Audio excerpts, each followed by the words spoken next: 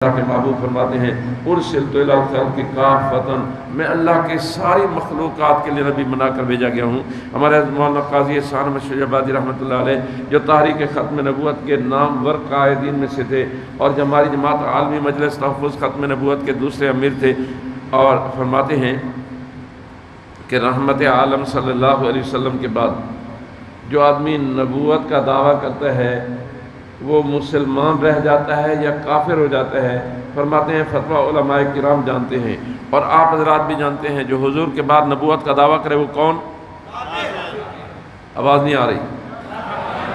جو حضور کے بعد نبوت کا دعویٰ کرے کون؟ جو ایسے مدعی نبوت کو نبی سمجھے وہ کون؟ جو ایسے کافر کو کافر نہ سمجھے وہ بھی کافر۔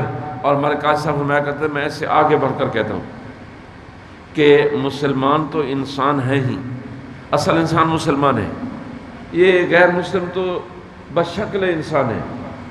حضرات علماء کرام موجود ہیں، مشائخ اعظام موجود ہیں، حضرت پیر صاحب موجود ہیں، ہمارے حضرت لاہوری رحمۃ اللہ علیہ شیخ التفسیر مولانا احمد علی لاہوری رحمۃ اللہ علیہ بڑے صاحب کشف بزرگ تھے۔ ساتھ ہی آئے کہنے لگے جی وہ مسجد وزیر خان کے نیچے تھڑے پر ایک خاتون مجذوب خاتون بیٹھتی ہے، الف ننگی بیٹھتی ہے، لوگ گزرتے ہیں گناہ گار ہوتے ہیں، ہم نے اسے بہت سمجھایا لیکن وہ ہماری بات نہیں مانتی، آپ چلیں۔ تو حضرت لاہوری رحمۃ اللہ علیہ اس طرف گئے، اس نے دور سے دیکھا کہ حضرت آ رہے ہیں، فوراً اس نے اپنی چادر اوپر لی اور فل پردہ کر لیا۔ حضرت لاہوری رحمۃ اللہ علیہ اس کے سامنے آ کر کھڑے ہوئے اور فرمایا بی بی السلام علیکم۔ اس نے جواب میں کہا وعلیکم السلام۔ حضرت لاہوری رحمۃ اللہ نے فرمایا کہ بی بی تجھے خدا کا خوف نہیں آتا، تو پردہ کیوں نہیں کرتی؟ کہنے کہ حضرت آپ دیکھ رہے ہیں ان میں کوئی سور ہے، کوئی کتا ہے، کوئی کچھ ہے، کوئی کت ہے، تو جب آپ جیسا کوئی انسان آتا ہے تو میں فوراً پردہ کر لیتی ہوں۔ حضرت نے فرمایا کہ یہ بشکل انسان ہے کہ نہیں؟ کہا ہاں جی بشکل انسان ہے۔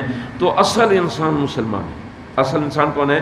مسلمان ہے، غیر مسلم تو بشکل انسان ہے۔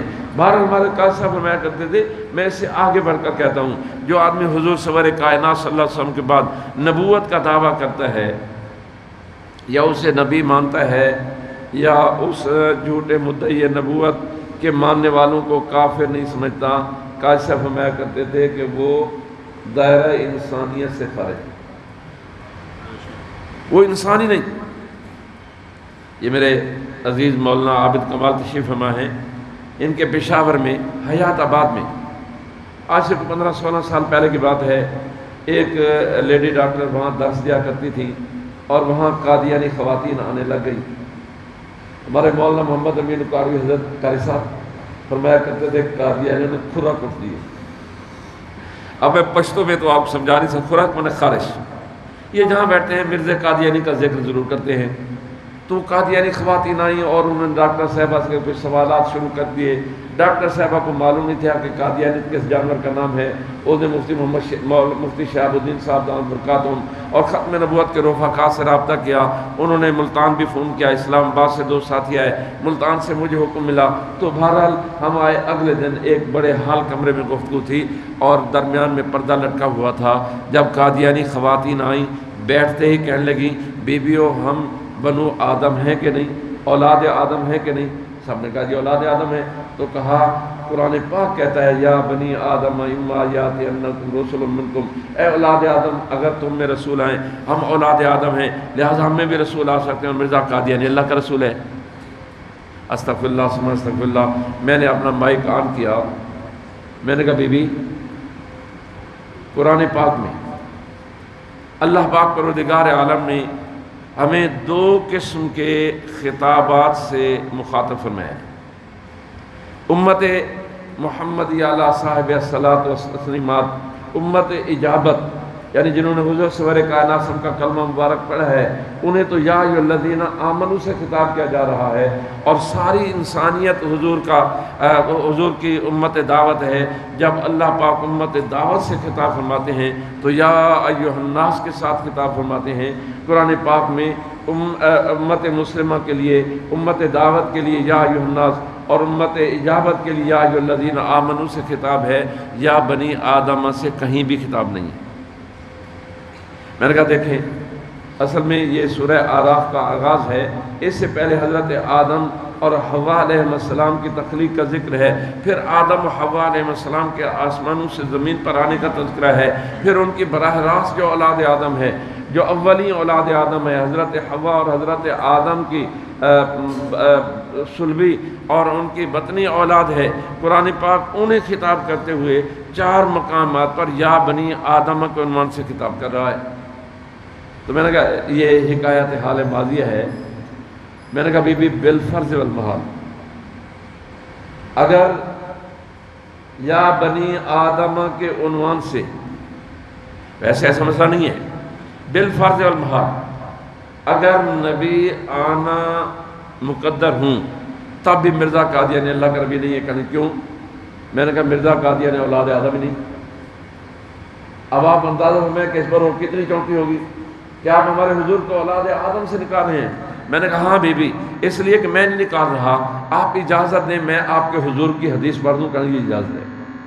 میں نے کہا آپ کے حضور کہتے ہیں مرزا قادیانی کہتا ہے کرم خاکی ہوں میرے پیارے نام آدم زاد، کیونکہ لوگ ایسے پشاور میں ہند کو بولی جاتی ہے اور ہند کو سرائکی اور پنجابی سے ملتی جلتی ہے، تو میں نے پنجابی زبان میں اس کا ترجمہ کیا۔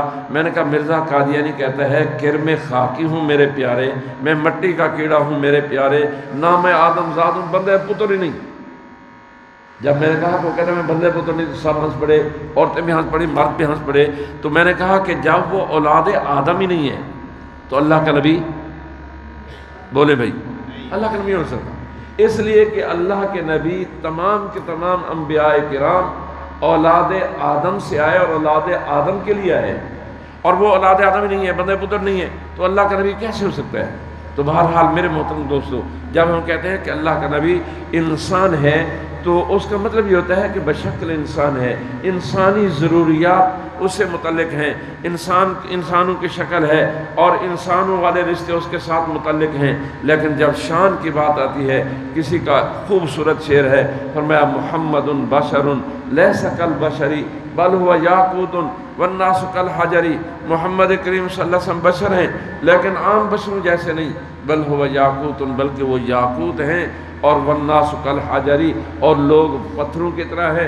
یاقوت وہ جو نگینہ ہوتا ہے انگوٹھی میں، وہ بھی ایک پتھر ہے، اور ایک پتھر آپ بجری کے طور پر استعمال کر رہے ہیں، یہ بھی پتھر وہ بھی پتھر، لیکن ایک ٹرک فل ٹرک بجری کا ایک چھوٹے سے یاقوت کی شان کا مقابلہ نہیں کر سکتا، اس لیے ساری انسانیت مل کر اللہ کے نبی کی شان کا مقابلہ، بولیں بھائی اللہ کے نبی کی شان کا مقابلہ نہیں کر سکتی، اس لیے کہ اس کی نسبت اللہ سے ہے، نبی اللہ۔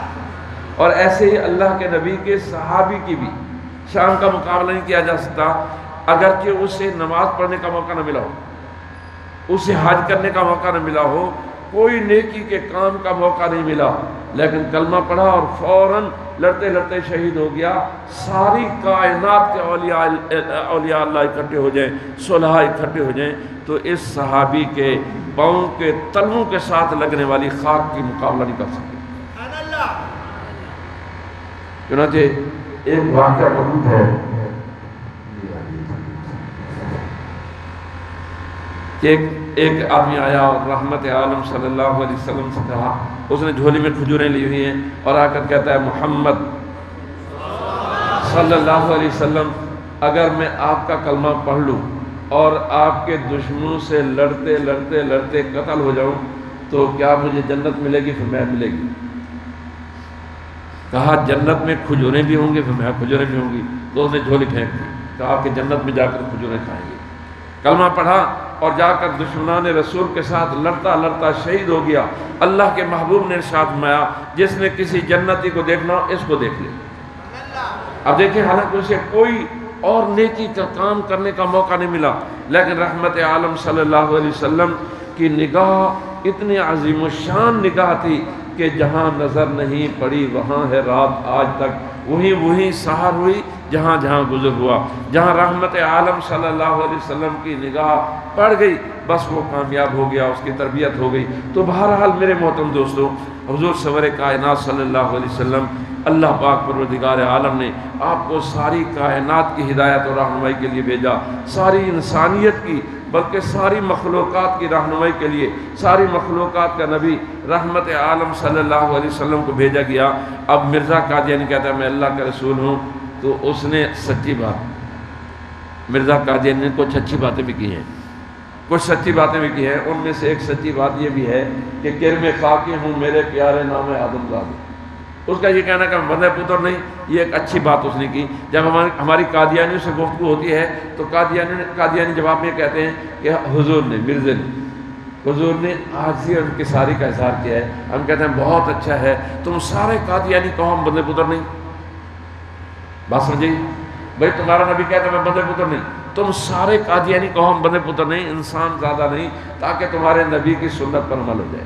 تو بہرحال یہ فتنہ تھا جو امت مسلمہ میں درار ڈالنے کے لیے، امت مسلمہ کے دلوں سے محبت رسول کا جذبہ محو کرنے کے لیے اور ایک کذاب و دجال کے ساتھ متعلق کرنے کے لیے پیدا کیا گیا۔